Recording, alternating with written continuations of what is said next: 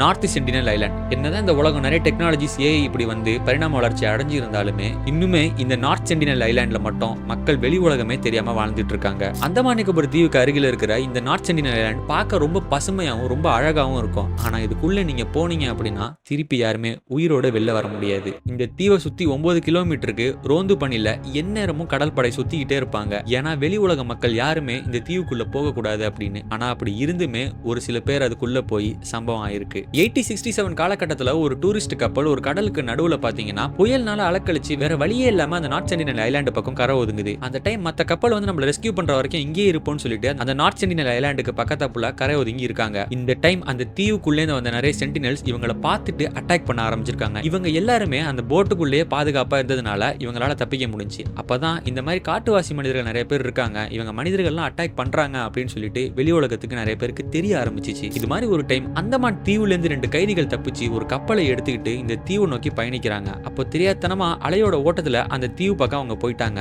அப்போ அந்த தீவு மக்கள் எல்லாருமே இவங்களை அடிச்சே கொண்டிருக்காங்க. இது மட்டும் இல்லாம அந்த தீவை சுத்தி நிறைய நண்டுகள் கிடைக்கும் அப்படின்னு சொல்லிட்டு ஒரு சில மீனவர்கள் எல்லையை தாண்டி உள்ள போறாங்க. அப்படி அவங்க அந்த தீவுக்குள்ள போகாம சுத்தி மீன் பிடிச்சிட்டு இருக்க அந்த டைம்ல நல்ல கல்லு குடிச்சிட்டு 2 மீனவர்கள் மட்டும் ஒரு கப்பல்ல படுத்து தூங்குறாங்க. அப்போ அவங்க கட்டி இருக்க அந்த நங்கூரம் லூசாவே அவிழ்ந்து போனதுனால அந்த கப்பல் அலையோட ஓட்டத்துல அந்த கரையை நெருங்குது. சுத்தி இருக்க மத்த மீனவர்கள்லாம் கூச்சலிட்டு கத்துறாங்க. ஆனா இவங்களுக்கு போதை தெளியவே இல்லை. அவங்க கரையும் நெருங்குறாங்க. அங்க இருக்கிற எல்லா காட்டுவாசி மக்களும் இவங்களை அடிச்சே கொள்றாங்க. கொண்டது மட்டும் இல்லாம அவங்க ஒரு பேம்போ ஸ்டிக், அதாவது மூங்கில் குச்சியில ஒரு சோளக்கோளு பொம்மை மாதிரி கட்டி வச்சிருக்காங்க. இதை பார்த்து மத்த கப்பல்ல இருந்த எல்லா மீனவர்களும் தெரிச்சு ஓடி இருக்காங்க. இதுக்கப்புறம் அவங்க உடம்ப மீட்கலாம் அப்படின்னு சொல்லிட்டு ஹெலிகாப்டர் மூலமா வராங்க. அவங்க மேலேயுமே இவங்க அம்பு எரிஞ்சு துரத்துறாங்க. அவங்க யாருக்குமே ஒண்ணுமே புரியல. ஏன்னா பேம்போ ஸ்டிக்ல கட்டி வச்சு அவங்க குழி தோண்டி புதைச்சிருக்காங்க. ஏன்னா பழங்காலத்துல ஸ்பெயின் நாட்டுல இருந்து கடல் வணிகம் செஞ்சவங்க நிறைய பேர் இவங்களை வந்து கேனிபிள்ஸ் அப்படின்னு சொல்லிட்டு ரிப்போர்ட் பண்ணிருப்பாங்க. ஆனா இவங்க யாரையுமே சாப்பிடவே இல்லை. இவங்க எல்லாரையுமே புதைச்சி தான் வச்சிருக்காங்க. இதுக்கப்புறம் ஜான் ஆலன் சவ் அப்படிங்கிற ஒரு பர்சன் கிறிஸ்டியானிட்டியை பரப்பணும் அப்படிங்கிற ஒரு நோக்கத்துல அந்த தீவுக்கு போறாரு.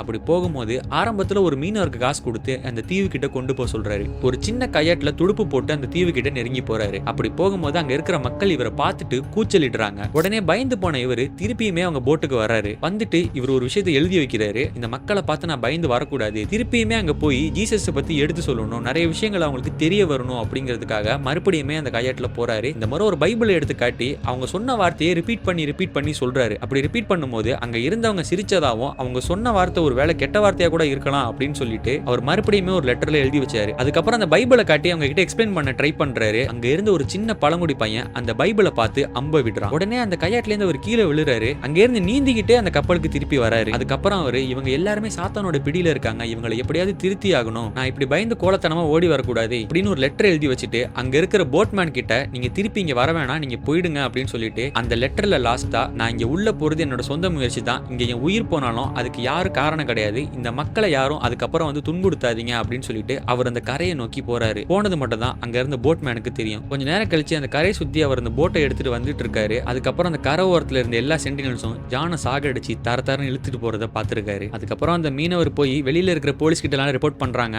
அதுக்கப்புறம் அந்த மீனவரையுமே கைது பண்றாங்க. உலக நாடுகள்ல இருக்கிற எல்லா மக்களும் அந்த சென்டினல் மக்களை கொல்லணும்னு ஒரு பக்கம் பிரிறாங்க. இன்னொரு பக்கம் அவங்க வேலையை பார்த்துட்டு தான் இருக்காங்க. நீங்க ஏன் அவங்க தீவுக்குள்ள போறீங்க, ஏதாவது ஒரு நோயை நீங்க பரப்பி விட்டுருவீங்க அப்படிங்கிற ஒரு பயத்துல கூட அவங்களை கொல்லலாம்ல அப்படிங்கிற ஒரு விஷயத்தை முன்னெடுத்து வைக்கிறாங்க. இந்த சென்டினல் மக்களை பத்தி இன்னுமே நிறைய விஷயங்கள் இருக்கு. பார்ட் 2 வேணும் அப்படின்னா கமெண்ட் பண்ணுங்க.